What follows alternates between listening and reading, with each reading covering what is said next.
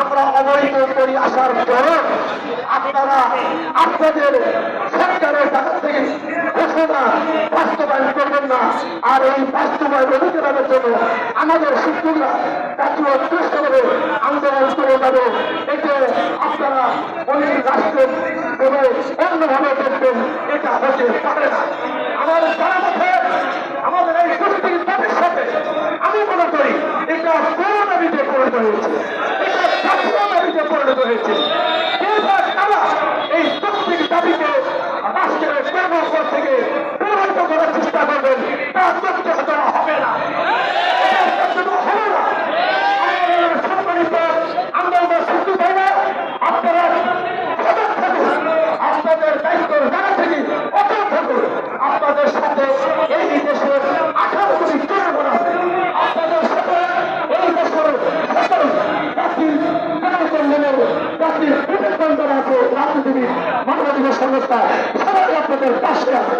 আমরা দেখেছি বিগত 18 আগস্ট থেকে বর্তমান পর্যন্ত এই দেশের সকল মানবাধিকার সংস্থা, সকল রাজনৈতিক দল, সকল শিক্ষক সংগঠন, সকল শিক্ষানুরাগী দেশে এবং বাহিরে সব আমাদেরকে পরিস্থিতির মাধ্যমে, সকলের সময়ের মাধ্যমে এবং কমিটির মাধ্যমে, লাইনের মাধ্যমে আমাদের প্রত্যেক দাবির সাথে সংহতি সমর্থন জানিয়ে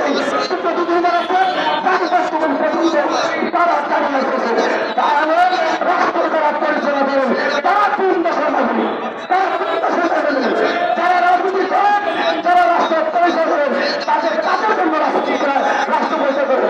এই দেশের জনগণের জন্যই তো অন্তর্বর্তীকালীন সরকার আপনি দায়িত্ব নিয়েছেন।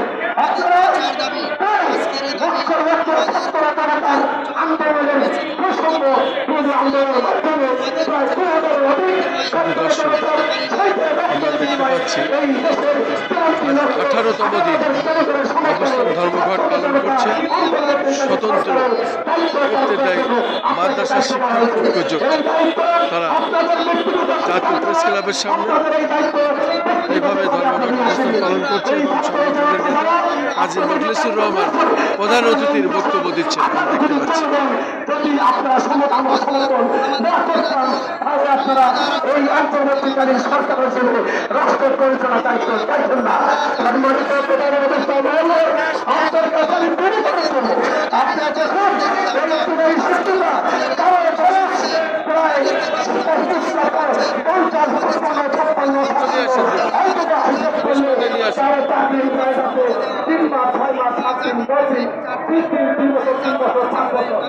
আমি আপনাদের আসতে না করেন, আপনারা সেহেতু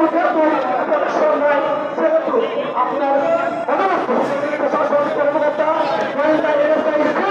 তাদের কাছে তাদের মাধ্যমে আমি আপনাকে